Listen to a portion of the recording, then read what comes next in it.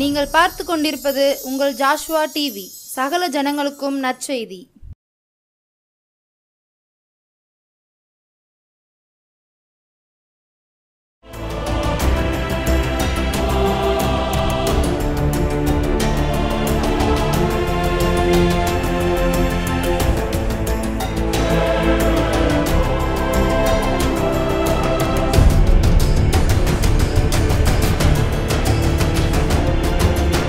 கர்த்தராகிய இயேசு கிறிஸ்துவின் நாமத்தினாலும் ஜாஸ்வா டிவி மூலமாகவும் இந்த இரவு வேளையில் உங்கள் யாவரையும் சந்திப்பதில் நான் மிக்க மகிழ்ச்சி அடைகிறேன். தேவன் நல்லவராகவே இருக்கிறார். ஹல்லேலூயா. இந்த உலகத்தில் நம்ம தஞ்சம் அப்படின்னு நினச்சி நிறைய பேர் நினைப்போம். நம்ம அப்பா அம்மா அவங்க தான் எனக்கு எல்லாத்திலும் தஞ்சமானவங்க, வேறு யாருமே எனக்கு இல்லை அப்படின்னு சொல்லி ஒரு குறிப்பிட்ட காலம் அப்பா அம்மாவை தஞ்சமாக நம்ம அடைவோம். கொஞ்ச நாள் கழித்து மனைவியோ கணவனோ தஞ்சம் என்று நினைப்போம். அதுவும் நம்முடைய வாழ்க்கையில் தஞ்சம் என்று தெரியாத போது யார் தஞ்சம் என்று தவிப்போம். பிள்ளைகள் தான் தஞ்சம் என்று நினைப்போம். அதுவும் ஒரு காலத்தில் ஏமாற்றப்படுவோம். ஆனால் நம்ம எல்லாருக்கும் ஒரு தஞ்சம் உண்டு. அந்த தஞ்சம் யார் என்று நாம் தேடி தேடி இந்த உலகத்தில் அலைகிறோம். ஆனால் கர்த்தராகிய இயேசு கிறிஸ்து தான் நமக்கு தஞ்சமானவர். சங்கீதக்காரன் அதை முன்கூட்டியே நமக்கு அறிவித்து வைத்திருக்கிறார். இன்றைக்கி அலைந்துக்கிட்டு இருக்கீங்களா? எனக்கு தஞ்சம் அப்படின்னு நிற்க இடம் இல்லைப்பா, எனக்கு யாருமே இல்லை, எந்த உறவும் இல்லை, எந்த சொந்தமும் இல்லை அப்படின்னு நினைக்கிறீங்களா? உங்களுக்குன்னு ஒரு உறவு இருக்குது. அதுதான் இயேசு கிறிஸ்து. இந்த வானத்தையும் இந்த பூமியும் இதில் உள்ள எல்லாவற்றையும் படைத்த நம்முடைய தேவன் நமக்கு தஞ்சமானவர். ஆனால் நாம் தான் என்ன செய்யலை? அந்த தஞ்சமானவரை தெரிந்து கொள்ளவில்லை. அவரை மாத்திரம் நாம் தெரிந்து கொள்வோமானா நம்ம வாழ்க்கையில் வேதனை வரும் பொழுது அவரை நாம் அண்டிக் கொள்வோம். எடுத்து வாசிப்போம். சங்கீதம் 9:9. சிறுமைப்பட்டவனுக்கு கர்த்தர் அடைக்கலமானவர், நெருக்கப்படுகிற காலங்களில் அவரே தஞ்சமானவர். ஆமென், ஹல்லேலூயா. சிறுமைப்பட்டவனுக்கு யாருக்கு நீங்கள் கர்த்தர் தஞ்சமானவர்னு நினைக்கிறீங்க? சிறுமைப்பட்டவர்களுக்கு, வாழ்க்கையில் ஒன்றுமில்லை என்று சொல்லி தள்ளப்படுகிறவர்களுக்கு, ஏதோ ஒரு விதத்தில் ஏதோ ஒரு குறைவு இருக்கிறவர்கள். என்னை போல் ஒருவேளை கண் பார்வை இல்லாத ஒரு சூழ்நிலையில், வாழ்க்கையில் பணம் இல்லை, வாழ்க்கையில் வீடு இல்லை, வாழ்க்கையில் படிப்பு இல்லை, வாழ்க்கையில் நான் நினைக்கிற அளவுக்கு எனக்கு ஒரு நல்ல வேலை இல்லை, வருமானம் இல்லை, எனக்கு அழகு இல்லை, எனக்கு தேவையான அளவு வளர்த்தி இல்லை, ஏதோ ஒரு சிறுமை. என்ன இருந்தாலும் நம்மக்கிட்ட இருக்கிற குறையை சொல்லி நம்மை சிறுமைப்படுத்துகிற ஜனங்களை தான் நாம் பார்க்கிறோம். லேயாளுடைய வாழ்க்கையில் பார்ப்பீர்கள். ஆனால் அவளுடைய கண்கள் கூச்சம் எடுத்து இருக்கிறதுனால அவளை பார்க்கும் பொழுது யாக்கோபு என்ன செய்தான்? அருவருத்தான். அமேன், ஹல்லேலூயா. அற்பமாக எண்ணினான் லேயாளை. ஆனால் அந்த லேயாளுக்கு தான் ஆண்டவர் யூதா என்கிற ஒரு மகனை கொடுத்து இந்நாள் வரைக்கும் இருக்கிற யூத கோத்திரத்தை கர்த்தர் ஏற்படுத்தி கொடுத்தார். யாரெல்லாம் அற்பமாக எண்ணப்படுகிறோமோ அவர்களை தான் கர்த்தர் உயர்த்துவார். இப்படிப்பட்ட சிறுமையானவர்கள். அன்னாள் கூட சிறுமைப்படுத்தப்பட்டார். யாரால்? பெண்ணினாலால் சிறுமைப்படுத்தப்பட்டார். வருஷந்தோறும் அந்த ஆலயத்துக்கு வரும் பொழுதெல்லாம் அவள் நிறைய பிள்ளைகளோடு போகிறதுனால அவளுக்கு ரொம்ப சந்தோஷம். கடத்தருவை சுற்றி இருப்பா பிள்ளைகளோட. ஆனால் இந்த அன்னாள் ஒரு இடத்துல உட்கார்ந்து எல்லாவற்றையும் வேடிக்கை பார்த்திருப்பா. தனக்கென்று எந்த ஆதரவும் இல்லை, யாரை அழைத்து கொண்டு சொல்வோம் என்று சொல்லி ஒருவேளை அவள் வேதனையோடு கூட இருந்திருக்கலாம். ஆனால் அந்த வருஷத்தில் அவள் ஆண்டவரை தேடி போகிறாள். நான் சிறுமையானவளப்பா, என்னை கண்ணோக்கி பாரு. இந்த சிறுமையானவர்களுக்கு தான் கர்த்தர் அடைக்கலமானவர். இன்றைக்கி ஒரு வேளை குழந்தை இல்லாமல் இருக்கலாம், இல்லை திருமணம் தள்ளிக்கொண்டே போகலாம், இல்லை திருமணம் முடித்து உங்களுடைய கணவர் உங்களை விட்டு தூரமாக போயிருக்கலாம். இப்படிப்பட்ட சூழ்நிலைகளெல்லாம் நம்மை பார்க்கிறவர்கள் நம்மை சிறுமையாய் பார்ப்பார்கள். இப்படிப்பட்ட சிறுமையில் இருக்கிறவர்களைத்தான் கர்த்தர் அடைக்கலமாய் வைத்துக் கொள்வார். தன்னிடத்தில் வந்தால் என்னிடத்தில் உங்களுக்கு அடைக்கலம் உண்டு என்று சொல்கிற நல்ல ஒரு தேவனை நாம் ஆராதிக்கிறோம். அது மட்டும் இல்லை, நெருக்கப்படுகிற காலத்தில் இப்படி சிறுமைப்பட்டவர்கள் நெருக்கப்படும் பொழுது கர்த்தர் எப்படி இருக்கிறாளாம்? தஞ்சமானவராக இருக்கிறான். நான் உனக்கு தஞ்சம், நான் தான் உனக்கு தஞ்சமானவர், நீ வேற எங்கேயும் போக வேண்டாம், என்கிட்ட நீ இருந்தேனா உனக்கு நான் தஞ்சமாக இருப்பேன். ஆமென், ஹல்லேலூயா. இவ்வளோ அருமையான தேவன் பாருங்கள். இந்த உலகத்தில் நான் தஞ்சம் தஞ்சம் நம்பினவங்களாம் ஒரு நாள் என்னை விட்டுட்டு ஓடிடுவாங்க. ஆனால் ஆண்டவர் ஒரு நாள் நம்மளை விட்டு ஓட மாட்டோம். நாம் தான் ஓடிடுவோம் ஆண்டவரை விட்டுட்டு.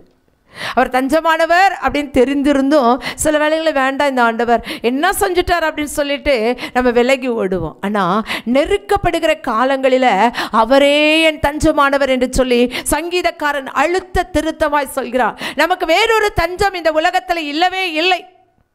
ஆண்டவர் தான் நம் தஞ்சமானவர்.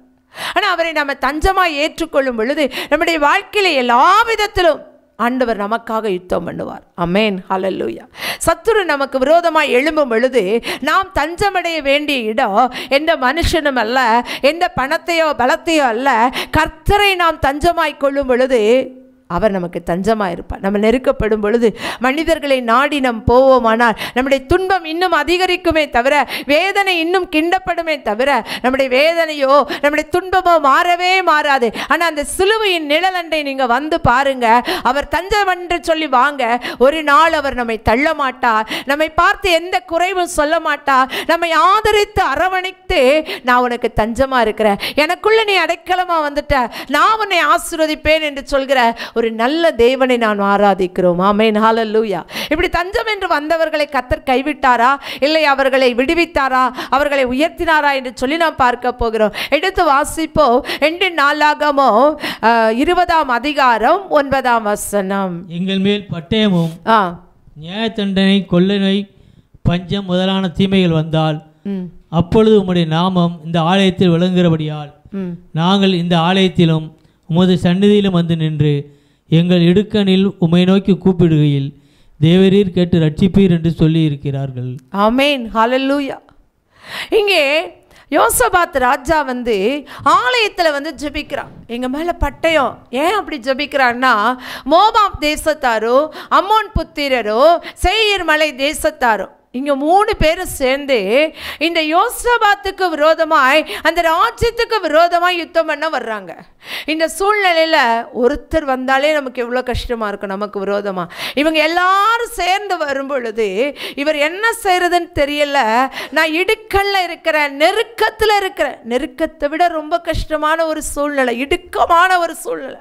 இந்த இடுக்கத்தில் நான் இருக்கிறதுனால இந்த ஆலயத்தில் ஜெபிச்சா இந்த ஜெபம் கேட்கப்படும் அப்படிங்கிறதுனால உங்க சமூகத்தில் நான் ஜெபிக்கிறேன். அப்போ இடுக்கமான நேரத்தில் நம்ம எங்கே போகணும்னா ஜெபிக்க கடந்து வரணும், தேவ சமூகத்துக்கு வரணும். அவர் தான் என் தஞ்சம், வேறொரு கதி இல்லைன்னு சொல்லி யாரெல்லாம் ஜெபிக்க வர்றாங்களோ அவங்கெல்லாம் விடுவிக்கப்படுவாங்க. ஆமென், ஹல்லேலூயா.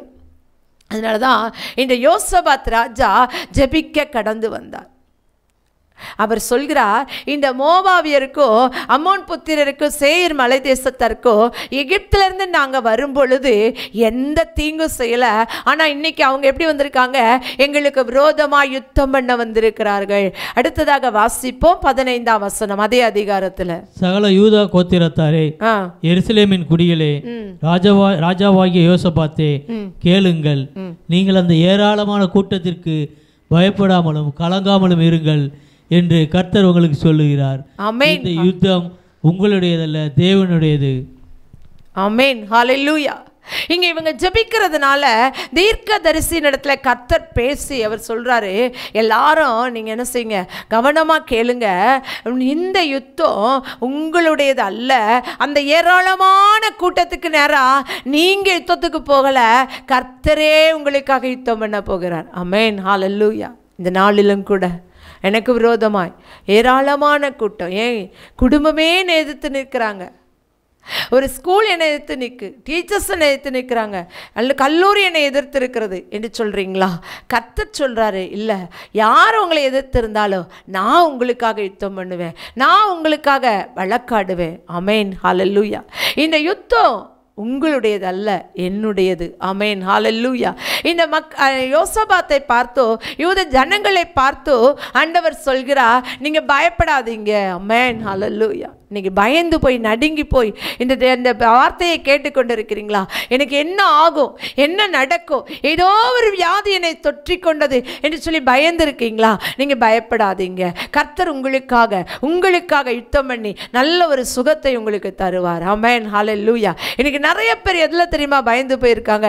எனக்கு விரோதமாக யாரோ சூனியம் வைத்து விட்டார்கள், எனக்கு விரோதமாக ஏதோ மந்திரவாதங்கள் செய்வினைகள் வைத்து விட்டார்கள், மாந்திரிகங்கள் பெருகி இருக்கிற இந்த காலங்களில் ஏராளமானோர் யாரை பார்த்தாலும் நமக்கு விரோதமாக ஏதாவது செய்து விடுவார்களோ என்று சொல்லி பயந்து கொண்டிருக்கிற இந்த நாட்களில் நாம் என்ன செய்கிறோம்? பயந்து கொண்டு இருக்கிறோம். அப்போ ஆண்டவர் சொல்கிறார், இல்லை இல்லை, நீ பயப்படாத, நீ பயப்படாத, நான் உனக்காக யுத்தம் பண்ணுவேன். இன்னைக்கு உங்களை பார்த்து சொல்றாரு, நீங்க எந்த காரியத்தில் பயந்து கொண்டு இருக்கிறீங்களோ அந்த காரியத்தில் கர்த்தர் உங்களுக்காக யுத்தம் பண்ணுவார். ஆமென், ஹல்லேலூயா.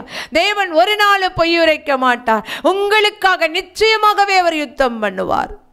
அடுத்ததாக வாசிப்போம், அதே அதிகாரம் 2 நாளாகமம் 20:22 வாசிப்போம்.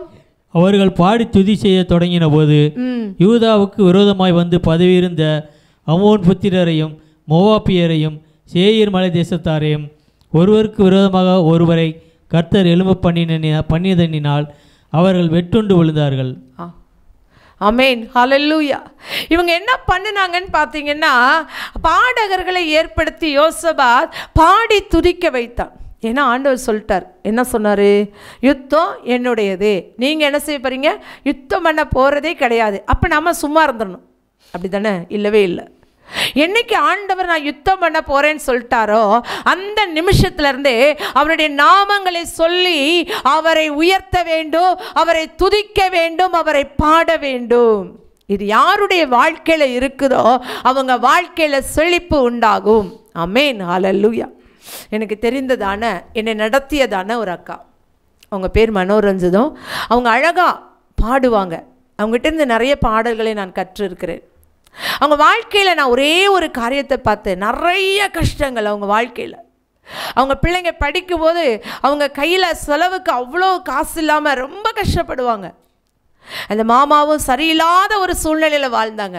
ஆனால் இந்த சூழ்நிலையில் அக்காவுடைய வாழ்க்கையில் நான் பார்த்ததான ஒரு காரியம், கர்த்தர் யுத்தம் பண்ண வேண்டும், கர்த்தர் எனக்காக யாவையும் செய்வார்னு சொல்லி காலையில் பிள்ளைங்களை ஸ்கூலுக்கு அனுப்பிட்டு 8:55க்குள்ளே நானும் குளித்து அந்த முழங்காலில் நிற்கிறத நான் பார்த்துருக்கிறேன். ஹல்லேலூயா, ஹல்லேலூயா. தேவன் எவ்வளவு நல்லவர் தெரியுமா? அந்த துதிக்கிற துதியானது அவங்க வாழ்க்கையில் அந்த 4 பிள்ளைகளும் ஆசீர்வதிக்கப்பட்டார்கள். 4 பிள்ளைகளும் உயர் நிலையில் வைக்கப்பட்டார்கள். அவர்களுடைய ஜெபமானது இன்றைக்கு அந்த 4 பிள்ளைகளுடைய வாழ்க்கையில் ஆசீர்வாதத்தை கொடுத்திருக்கிறது. நெருக்கப்படுகிற காலங்களில் அவர்கள் கர்த்தரை தஞ்சமாய் கொண்டதுனால தான் அவங்க பிள்ளைகளுடைய வாழ்க்கை மிகவும் ஆசீர்வதிக்கப்பட்டது. ஆமென், ஹல்லேலூயா. அவங்க வாழ்க்கையை பார்த்து அவங்க வாழ்க்கையில் தேவனை நோக்கி ஜெபிக்கிற அந்த ஜெபம் எப்போ ஒரே நேரம், அந்த 9 மணின்னா அவங்க 9 மணிக்கு முழங்காலில் இருப்பாங்க. அவங்க வீட்டுக்குள்ளே போனோன்னா கதவு திறந்திருக்கும், உள்ளே போய் நானும் அந்த ப்ரேயரில் ஜாயின் பண்ணுவேன். ஆனால் அவங்க நான் போகிறதுக்கு முன்னாடி அவங்க முழங்கால் நிற்பாங்க. அவங்க சொல்கிற ஒரே ஒரு காரியம், நாம் ஜெபிக்க அந்த இடத்துக்கு வர்றதுக்கு முன்னாடி ஏசப்பா அந்த இடத்துக்கு வந்துடுவாங்க, அதனால் நம்ம அவரை காக்க வைக்காமல் சரியாக அந்த நேரத்தில் உட்கார வேண்டும். இந்த ஒழுங்கை கற்றுக் கொடுத்தார் அவர்கள் மூலமாய். நம்ம வாழ்க்கையில் தேவனை துதிக்கிற துதி, ஒரு தேவனை ஆராதிக்கிற ஆராதனை மாத்திரம் இருக்குன்னா சத்துரு நம்மை ஒன்று செய்ய முடியாது. நம்ம எப்போ துதிக்க ஆரம்பிக்கிறோமோ அப்போ சத்துரு ஒருவரை ஒருவர் வெட்டி கொண்டு மாண்டு போவார்கள். ஆமென், ஹல்லேலூயா. ஒருவருக்கு விரோதமாய் ஒருவர் எழும்ப பண்ணுவார். வாழ்க்கையில் அதை அனுபவித்து விட்டு தான் நாங்கள் பேசுகிறோம். நீங்க துதித்து பாருங்க, துதிக்க துதிக்க கர்த்தர் ஒரு பெரிய ஆசீர்வாதத்தை நம்முடைய வாழ்க்கையில கட்டளையிடுவார். சத்துரு ஒருபோது எழும்ப விட மாட்டார். எந்த மனுஷனுடைய வாயில துதி இருக்கிறதோ அந்த மனுஷனுடைய வாழ்க்கையில ஜெயம் இருக்கும். ஹல்லேலூயா, ஹல்லேலூயா. நமக்கு ஜெயம் வேண்டுமானால் துதிக்க வேண்டும். அடுத்ததாக அதே அதிகாரம் 25ஆம் வசனத்தை வாசிப்போம். யோசபாத்தும் அவருடைய ஜனங்களும் அவர்கள் உடைமைகளை கொள்ளையிட வந்தபோது அவர்கள் ஏராளமான பொருள்களும் பிரேதங்களிலிருந்து உரிந்து போட்ட ஆடை ஆபரணங்களும் தாங்கள் எடுத்துக்கொண்டு போகக்கூடாது இருந்தது. 3 நாளாய் கொள்ளையிட்டார்கள். அது அவ்வளவு மிகுதியாய் இருந்தது. அல்லேலூயா. இங்கே பார்த்தீங்கன்னா துதிக்கிற மனுஷனுடைய வாழ்க்கையில் ஆசீர்வாதம் நான் சொன்னேன்ல. இவங்க எதிராளியை கர்த்தர் வீழ்த்தினா இவங்க போய் அதை என்ன செஞ்சாங்க? கொள்ளையிட்டார்கள். அது ஏராளமாக இருந்ததுனால கொள்ளையிடக்கூடாதா இருந்தால் நிறைய எடுத்துகிட்டு போக முடியல, அந்த அளவுக்கு ஏராளமாக இருந்துதான். அவங்க கொள்ளையிட்டது எத்தனை நாள் தெரியுமா? 3 நாள். அந்த அளவுக்கு அது மிகுதியாக இருந்தா.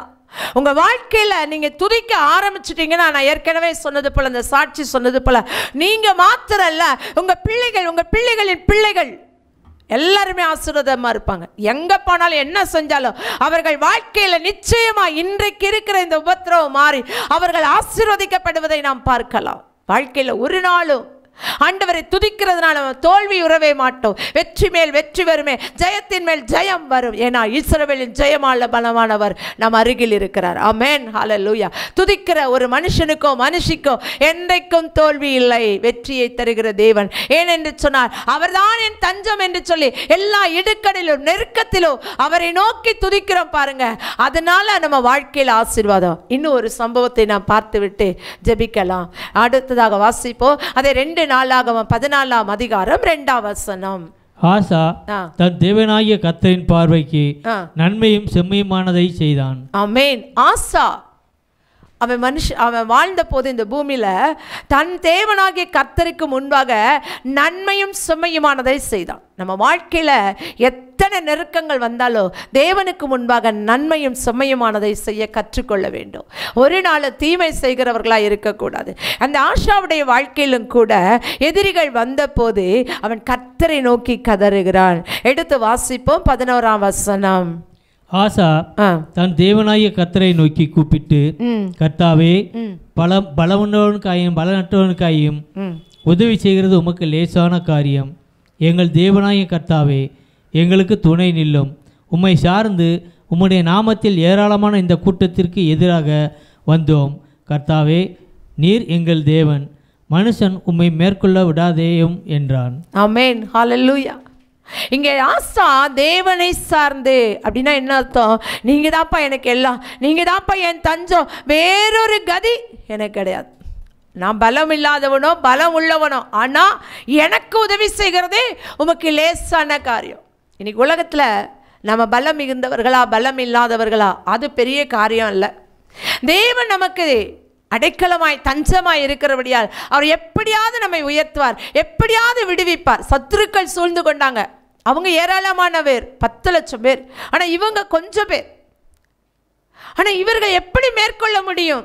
என்ன செய்ய முடியும்? ஒண்ணுமே செய்ய முடியாத ஒரு சூழ்நிலை. ஆனா அவன் ஆண்டவரை சார்ந்து கொள்கிறான். உங்க வாழ்க்கையில நீங்க நெருக்கப்படும் பொழுது யாரெல்லாம் தேவனை தஞ்சம் என்று சொல்கிறீங்களோ அவங்களெல்லாம் ஆண்டவர் கைவிடவே மாட்டார். அதுக்காக தான் ஆண்டவர் இதை நமக்கு எடுத்து காட்டுகிறார். ஆசா ஜெபிக்கிறா, உம்மை சார்ந்து கொள்வேன்ப்பா, எனக்கு துணை நில்லும். யாரும் கிடையாது எனக்கு. ஒரு ராஜா அது சொல்றான், எனக்கு துணை நில்லும். ஏராளமான பேர் இருக்காங்க, நான் எப்படி ஜெயிப்பேன்னு எனக்கு தெரியாது. பலமுள்ளவனுக்காயிலும் பலவீனனுக்காயிலும் உதவி செய்கிறது உமக்கு லேசான காரியம். ஆமென், ஹல்லேலூயா. அடுத்த 12ஆம் வசனம் வாசிப்போம். அப்பொழுது கர்த்தர் அந்த எத்தியோப்பியரை ஆசாவுக்கும் யூதாவுக்கும் முன்பாக முறியடித்ததினால் எத்தியோப்பியர் ஓடிப்போனார்கள். ஆமென். 13 சேர்த்து வாசித்தோம். அவர்களை ஆசாவும் அவனோடு ஜனங்களும் கேரார் மட்டும் துரத்தினார்கள். எத்தியோப்பியர் திரும்ப பலங்கொள்ளாதபடிக்கு முறிந்து விழுந்தார்கள். கர்த்தருக்கும் அவருடைய சேனைக்கும் முன்பாக நொறுங்கி போனார்கள். அவர்கள் மிகுதியாய் கொள்ளையடித்து கேராரின் சுற்றுப்பட்டணங்களை எல்லாம் முறியடித்தார்கள். கர்த்தரால் அவர்களுக்கு உண்டான பயங்கரம் உண்டாயிற்று. அந்த பட்டணங்களை எல்லாம் கொள்ளையிட்டார்கள். அவைகளில் கொள்ளை மிகுதியாய் அகப்பட்டது. மிருக ஜீவன்கள் இருந்த கொட்டாரங்களையும் அவர்கள் இடித்து போட்டு திரளான ஆடுகளையும் ஒட்டகங்களையும் சாய்த்து கொண்டு எருசலேமுக்கு திரும்பினார்கள். ஆமென், ஹல்லேலூயா. இந்த அதிகாரத்தில் இந்த வார்த்தையில நம்ம பார்க்கிறோம், ஆசா ஜெபிக்கிறா, கர்த்தர் என்ன செய்றாரு? யுத்தம் பண்ணுகிறார். கர்த்தர் அந்த எத்தியோப்பியரை என்ன செய்கிறார்? முறியடிக்கிறார். எப்படி முறியடிக்கிறார் தெரியுமா? நம்ம வாழ்க்கையில் வருகிற சத்துருக்களை திரும்ப பலன் கொள்ள விடவே மாட்டார். திரும்ப அவர்களை பலன் கொள்ளாதபடி அவர்களை முறியடித்தது மாத்திரம் அல்ல, அவராலே இங்க ஒரு பயங்கரத்தை ஏற்படுத்தினார். ஆமென், ஹல்லேலூயா. இன்னைக்கு உங்க நெருக்கத்தில் கர்த்தரை நோக்கி நீங்க கதறீங்களா, நீங்க தான் என் தஞ்சம்னு. அந்த தஞ்சம்னு சொன்ன அந்த காரியத்து வார்த்தைக்காக, அந்த வார்த்தையினால அவரை நம்பி வந்ததுனால சத்துருக்களுக்கு அவராலே பயங்கரம் உண்டாகும். அது மாத்திரம் அல்ல, அங்க நம்ம பார்த்தது போல அவர்களைப் போலவே இவர்களும் கொள்ளையாடின ஆசீர்வாதங்கள் அநேகம் அநேகம். நம்ம வாழ்க்கையில போராடுறோமா, உபத்திரவத்தின் மத்தியில கடந்து போறோமா, இனி வரப்போகிறது நமக்கு ஆசீர்வாதம். அந்த ஆசீர்வாதத்தை நம்மால் அளவிட முடியாது. அந்த அளவுக்கு தேவன் நம்மை ஆசீர்வதிக்க போகிறபடியால் நம்ம எல்லோரும் தலைகளை தாழ்த்தி ஜெபிப்போமா? ஆண்டவரே, உம்மை நன்றியோடு ஸ்தோத்திரிக்கிறப்பா. நெருக்கப்படுகிற காலத்தில் நீர்தான் என் தஞ்சம் என்று சொல்லி நாங்கள் வந்துட்டோம்ப்பா. எங்கள் வாழ்க்கையில் இருக்கிற எல்லா நெருக்கத்தை எடுத்து போட்டு கர்த்தாவே எங்களை நிச்சயமாய் ஆசீர்வதிக்கிற தேவ கரம் ஆசீர்வதிக்க ஒப்பு கொடுக்கிறோம். பலப்படுத்துங்கப்பா. உங்கள் கரத்தில் வைத்து ஆண்டவரே உயர்த்த ஒப்பு கொடுக்கிறோம். ஆண்டவரே, இந்த செய்தியை கேட்ட ஒவ்வொருவரும் உம்மை தஞ்சம் என்று சொல்லி நம்பி வந்திருக்காங்க. ஒவ்வொருவர் வாழ்க்கையில் விடுதலையை கட்டளையிடுங்க. உங்கள் நாமத்தை மகிமைப்படுத்துங்க. மீட்பர் இயேசுவின் நாமத்தை நல்ல பிதாவே, ஆமேன் ஆமேன். இந்த செய்தியை கேட்ட உங்கள் யாவரையும் கர்த்தர் தாமே ஆசீர்வதிப்பாராக. ஆமேன் ஆமேன்.